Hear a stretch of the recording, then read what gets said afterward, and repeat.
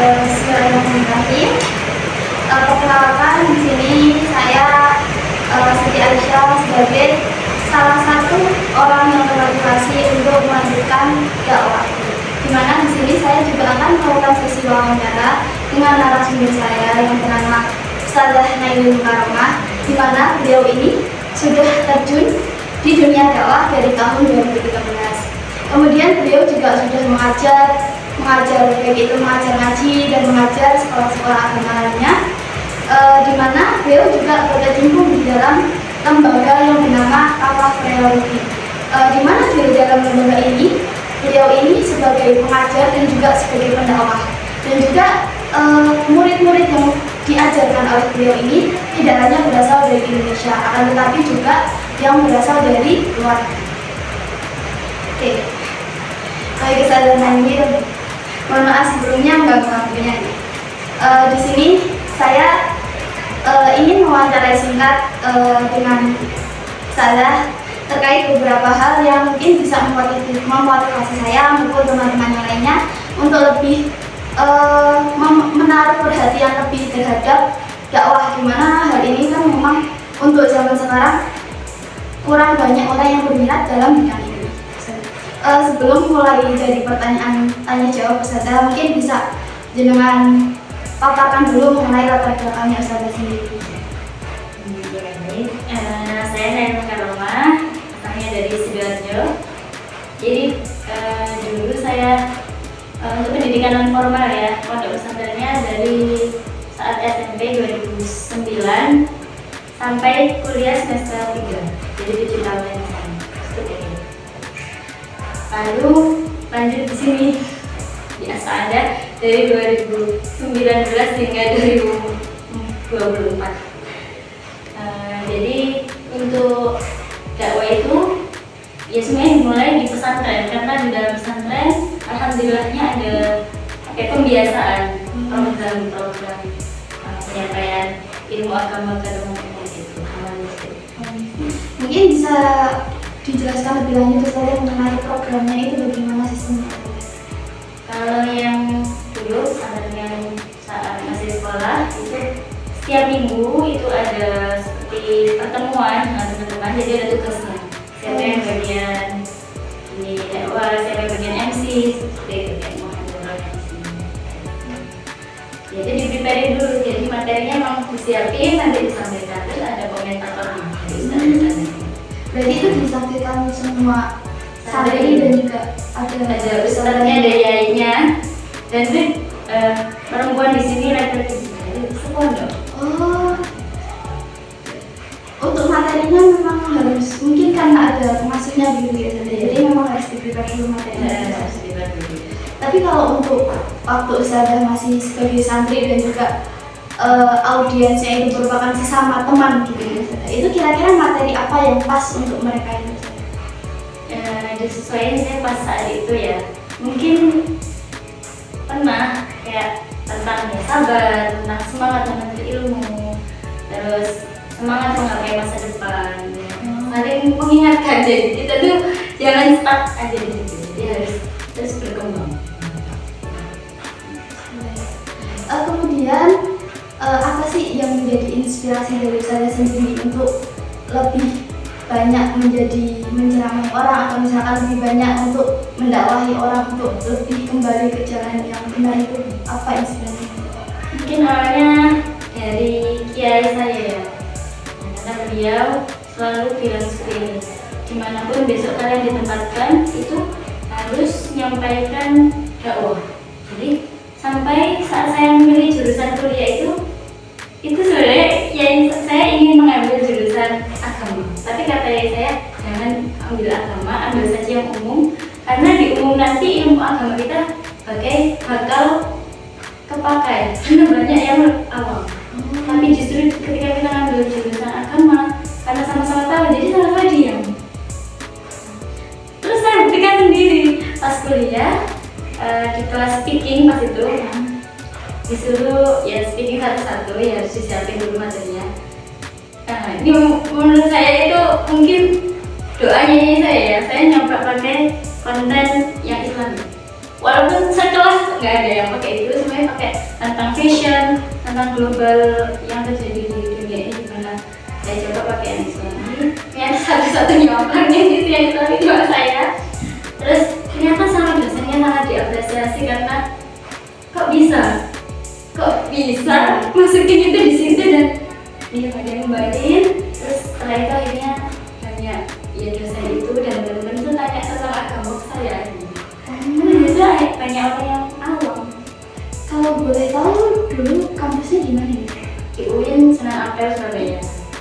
Ya karena di jurusan umum ternyata banyak yang belum paham. Mungkin itu jadi salah satu problem kampus Islam gitu. Iya, jadi di jurusan umum. Jadi titelnya Islam tapi memang banyak yang mungkin masih belum ya. Enggak semua yang masuk di Universitas Islam itu mondok gitu. Kemudian untuk pengalaman pertama Ustazah waktu berdakwah gitu, apakah ada tantangannya? Mungkin awalnya itu di diri sendiri dulu ya. Kayak nyampein kita masih cuma panggung atau masih takut dibilang sok-sokan gitu kan, sok suci atau apa gitu. Nah itu ya karena terbiasa ya, itu akhirnya ya lagi ke situ perasaan panggung akhirnya hilang. Sok-sokan itu ternyata bukan sok-sokan gitu, kita harus nyari audiens emang. Jangan kita tiba-tiba nyampein juga. Jadi kita harus lihat, oh ini butuh. Nah, ketika butuh, itu mereka tambah merasa berterima kasih ketika kita bilang gitu. Apalagi di orang awam yang emang tanya, nah, mereka bertanya, terus kita jawab gitu ya. Itu mereka tambah, besok lagi ya, besok mau tanya ini. Jadi kayak ya Allah ternyata kalau kita mau ya nyampein gitu, ya kita sebenarnya cari audiens yang tepat. Kalau belum bisa lewat langsung dan setelah tulisan kan zaman sekarang kan bisa buat story atau apa. Yang paling penting itu niatnya. Jadi niatnya itu jangan cari followers, jangan, tapi niatnya ya membagikan ilmu itu. Barangkali ada yang dengan baca tulisan kita mereka bisa kembali. Berarti saya sekarang sudah mulai berkecimpung di dunia medsos untuk menyiarkan agama Islam. Jadi banyak kalau bisa ketika buat story itu ada hubungannya sama. Berarti bukan, kalau biasanya kan anak-anak muda kayak story-nya cenderung senang-senang aja gitu, tapi harus diselipkan yang berkaitan dengan Islam. Kemudian kan tadi tantangan yang Ustazah hadapi waktu pertama kali berdakwah adalah dari diri sendiri itu, baik itu demam panggung, kemudian rasa minder karena takut dibilang gimana gitu. Itu adakah cara khusus Ustazah untuk menghadapi rasa-rasa tidak enak itu sih? Ya, dengan cara berlatih terus menerus. Misalnya emang di suatu perlombaan ya, nah itu cara menyiapkannya itu kita latihan di depan cermin berkali-kali sampai ternyata bisa lancar, terus lanjut ke berdoa. Jadi berdoa sebelum maju itu kan doa al-masyrah beberapa kali. Jadi kita ada latihan terus kita pasrahin sama Allah. Nah, nanti apa yang keluar ya insya Allah pasti lancar. Berarti sebelum di luar perlombaan gitu, misalkan kalau misalkan berdakwah kepada orang-orang lain atau misalkan orang-orang awam yang lain itu juga kita perlu doa dulu gitu biasanya sebelum berdoa. Kalau bisa seperti itu, karena ya takutnya kita tuh takut salah bicara juga. Karena itu kan hal krusial yang akan diikuti seumur hidup kan. Pernah kan di suatu seorang murid maksudnya itu orang awam, dia tidak tahu bahwa sholat itu wajib. Itu orang awam. Ketika saya bilang sholat itu wajib loh, iya tahu. Iya, jadi kalau nggak sholat itu nanti ini, kalau sholat dapat surga, kalau tidak tidak. Akhirnya alhamdulillah, mulai itu sholat terus sampai orang tuanya kaget. Kok bisa ya anak saya nggak bisa dimarahin di sholat? Karena kita harus ngasih background dari sholat, jangan sholatnya cuma disuruh. Jadi kalau kita di dakwah ya, jangan langsung ke nyuruh-nyuruhnya, tapi kasih tahu keywordnya apa dari belakang itu, sama punishmentnya apa. Jadi orang tuh nimbang-nimbang gitu. Gak cuma ngerasa dipaksa. Itu anak-anak yang di film Iya, ya? itu SMP kalau nggak salah. Kira-kira sama Ustazah berdakwah gitu ya, dari awal berdakwah sampai sekarang, itu audiens yang Ustazah hadapi itu seperti apa sih? Apakah dari golongan anak-anak, remaja, dewasa, orang tua? Lebih banyak sih ke anak-anak sama remaja. Kalau orang tua, saya kurang berani untuk masuk ke sana tanpa diminta. Jadi saya mau, kalau anak-anak itu kan emang mereka masih belum tahu kan, biasanya belum tahu, akhirnya diberitahu, terus mau nurut atau enggak itu ya tergantung ya. Tapi kalau orang tua, mereka rata-rata sudah punya prinsip hidup. Iya. Ketika dibilangin nambah, nanti keluarnya saling berbagi. Jadi kalau orang tua, saya menunggu mereka yang tanya. Itu mereka bakal lebih respect, lebih mau ngelakuin kan mereka sendiri yang bertanya. Kalau anak-anak sama remaja itu enak karena mereka emang membutuhkan itu karena mereka belum tahu. Kalau bisa pas sama remaja itu jangan monoton caranya kayak ini, kita selipin. Mereka suka mix language ya. Walaupun orang Indo, orang Jawa, orang mana, ketika kita mix language ya, mereka merasa dakwah itu enggak ketinggalan loh. Dakwah itu juga maju loh, bisa dicampur-campur kayak bahasa. Saya penasaran nih Ustazah, kan jadi memang audiens Ustazah rata-rata memang dari golongan anak-anak dan juga remaja gitu ya. Kira-kira materi yang pas untuk disampaikan ke mereka itu apa sih? Kalau emang ada kurikulumnya, yang mengikuti kurikulum, karena kan saya juga ada di lembaga pendidikan gitu, ya ada materi sholat dan semua itu rukun Islam, iman juga.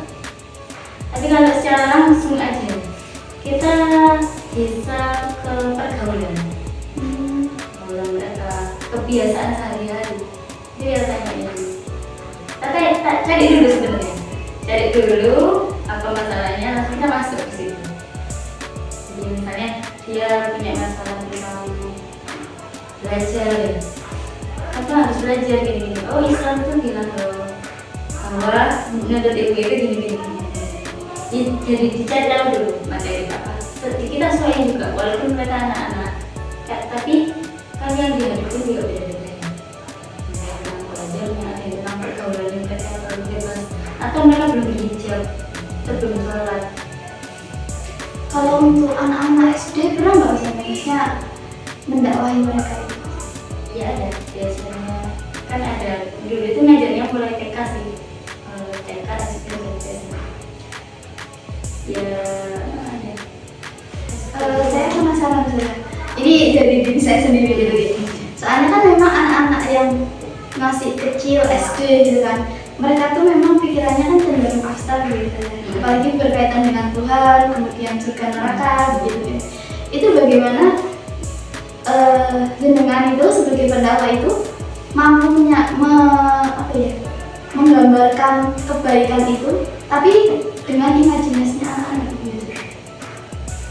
Untuk bahasa surga neraka, kita ceritain tentang enaknya di sana itu apa dan bahayanya masuk neraka itu apa. Secara simpel aja sesuai dengan usianya. Jadi misalnya di surga kan bisa enak loh ngapa-ngapain di sana, lalu sekarang mau sholat begini karena di surga ada ini, ada ini, ada ini. Yang simpel aja. Terus kalau di neraka nanti gini ketemu ada ininya, ada ininya, tapi nggak enak di sana. Ya sesuai.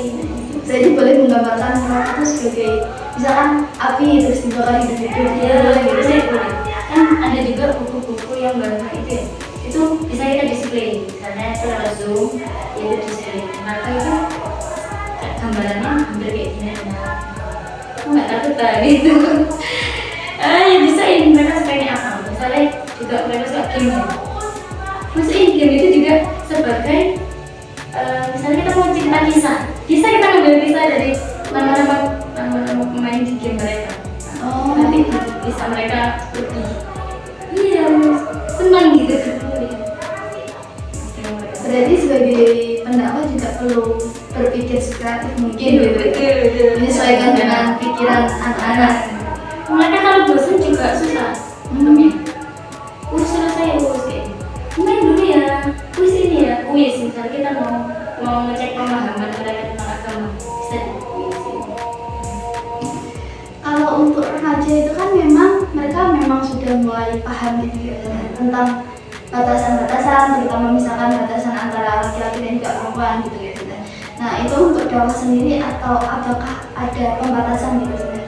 Mungkin dari segi bahasanya, kemudian materinya apa saja yang boleh disampaikan dan tidak boleh gitu. Untuk masalah batasan jarak lawan jenis, ya kita kan ngikutin agama Islam kan, ya tidak boleh bersentuhan gitu kan, ya semuanya bisa kita sampaikan tentang itu. Nah ada yang nggak tahu dan ada yang belum, misalnya ya masih awam itu kita bilang ya semuanya bisa disampaikan sih. Yang nggak bisa apa bisa umur sih, apa maksudnya? Maksudnya kan Islam itu kan banyak gitu ya, maksudnya ada dari segi akidah, fikih, syariah, segala macam gitu.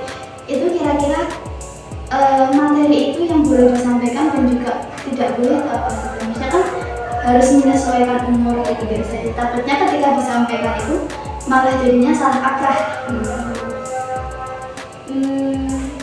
Ya kita sebenarnya ngepasin sama kebiasaan mereka ada di mana.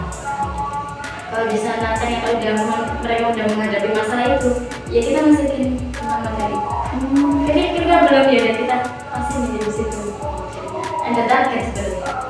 Berarti dimulai dari kesehariannya mereka dulu gitu. Maksudnya yang salah dari keseharian mereka dibenerin dulu, baru ketika sudah kenal semua baru penambahan materi. Ya, gitu ya. Kemudian pengalaman yang menurut Ustazah sendiri yang paling berkesan gitu. Baik itu dari pengalamannya, kemudian dari keberhasilan dakwahnya, atau misalkan dari tantangan yang paling sulit Ustazah hadapi, kemudian Ustazah merasa berhasil sudah dapat melewati itu. Ya, mungkin bagi saya itu dalam berdakwah ya, itu tidak ada kata berhasil dan gagal, karena dakwah itu sebuah proses yang nggak bisa sehari aja. Jadi misalnya hari ini masih didengarkan, belum dilakukan sama audiens yang kita ajarin, berarti hari kedua, hari ketiga, dan itu dilanjutkan terus. Untuk masalah mereka melakukan itu hidayah dari Allah. Jadi kan tugasnya kita itu menyampaikan, tapi untuk sampainya kepada mereka sampai dilakukan itu hak dari Allah kan. Karena kalau kita merasa gagal atau apa, nanti kita bisa mundur. Jadi kita harus terus sampai cara lain. Misalnya, mereka kurang paham, mereka kurang tertarik. Jadi harus sampai cara lain, metode yang lebih kreatif atau apa. Sampai masuk. Jadi gagal atau tidak itu belum, nggak bisa dilihat. Bisa jadi kita nyampeinnya 2010 ya, 2013. Tapi ternyata dia dapat hidayah itu, yang sentuh itu. Dia ingat bahwa kita nyampein itu di 2020. Terus mereka ngelakuin kan 5 tahun. Jadi sangat terus. Maksudnya kan pendakwah kan juga seorang manusia gitu. Nah, kira-kira saya penasaran apakah pendakwah juga ada pengharapan gitu, misalkan berharap bahwasanya dakwah hari ini lancar, kemudian ketika di realitanya tidak selancar itu, terus kemudian ada rasa kecewa juga gitu. Kalau saya sendiri dari pengalamannya, apakah pernah mengalami yang seperti itu? Pernah ya. Ini untuk di panggung atau di kelas? Di panggung, Misalnya di panggung gitu. Mungkin karena yang bisa kita lihat tuh cuma hari itu. Jadi respon di hari itu apa? Ketika responnya baik, ya kita bersyukur ya. Ketika responnya krik-krik gitu, ya sudah, ya udah gitu, nggak apa-apa. Sebenarnya akhirnya kita itu berpikir yang saya rasain deh, misalnya responnya kurang pas, responnya kurang sesuai sama yang kita harapkan gitu ya.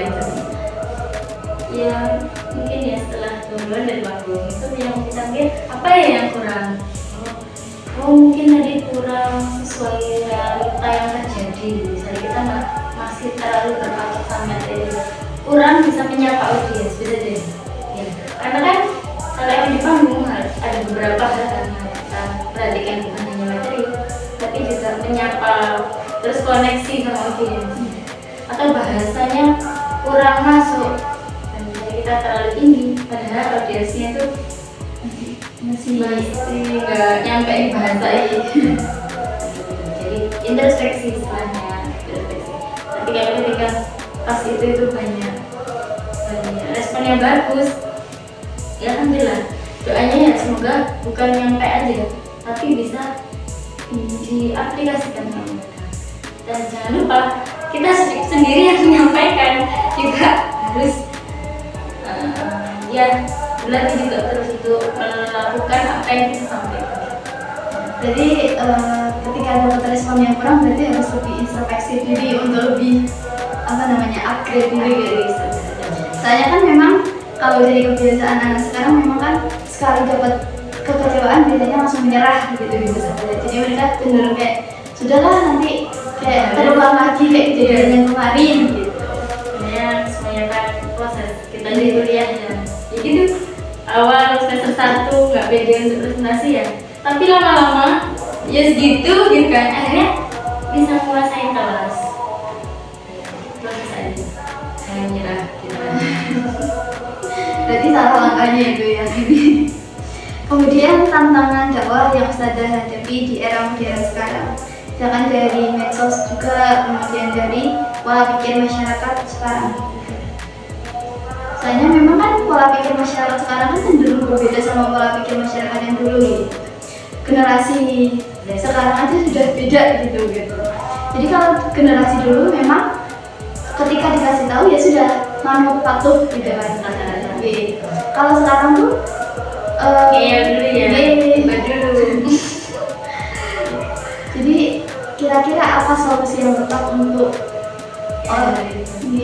orang-orang yang di masa sekarang itu biasanya, jadi mereka tidak mudah untuk menerima agama gitu. Bagaimana menyusupkan Islam itu ke dalam pola pikir mereka yang cenderung lebih bebas gitu. Gimana ya? Sekarang sih ya rata-rata kan emang lewat tulisan ya, banyak kan nge-share apa gitu. Gak tahu ini kan dibaca saja atau dijadiin diresapi. Kita juga tidak tahu ya responnya sebenarnya. Terus aja kita share.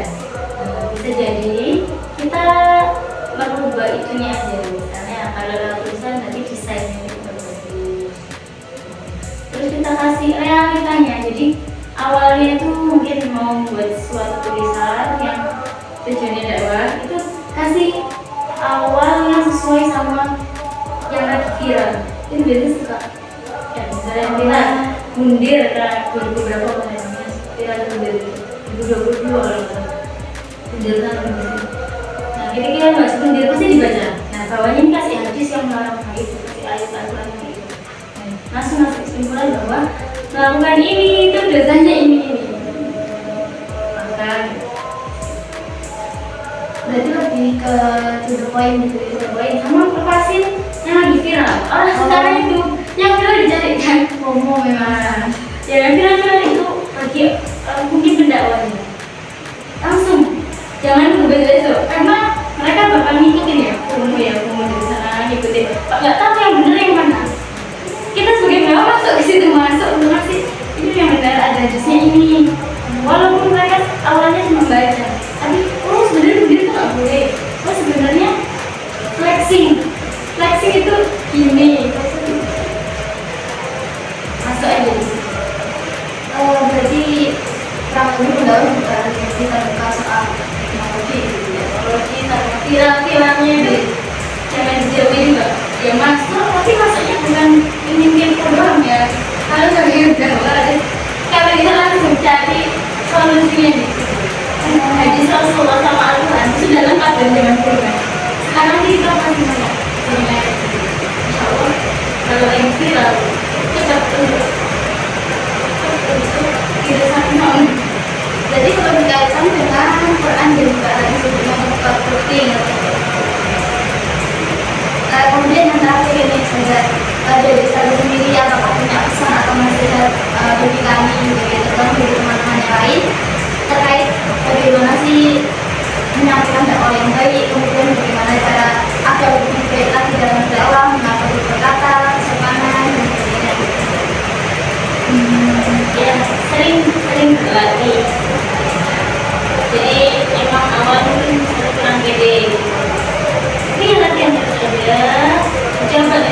dimainin atau direkam sendiri terus didengerin lagi sampai nanti biasanya kelihatan loh kurang ini kayak ini kayak.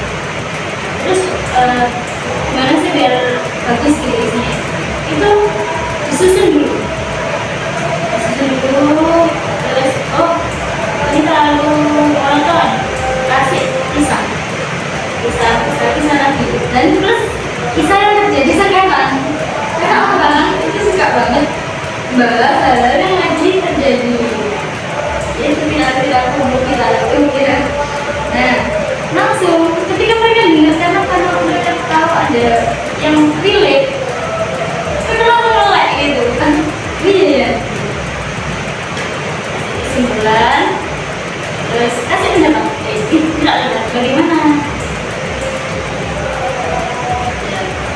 ya pastikan bahwa bahasa tidak menyinggung gitu sesuai sama usia misalnya anak-anak berarti bahasanya misalnya kalau remaja bahasanya trending gitu kalau orang tua bahasanya sepanjang lagi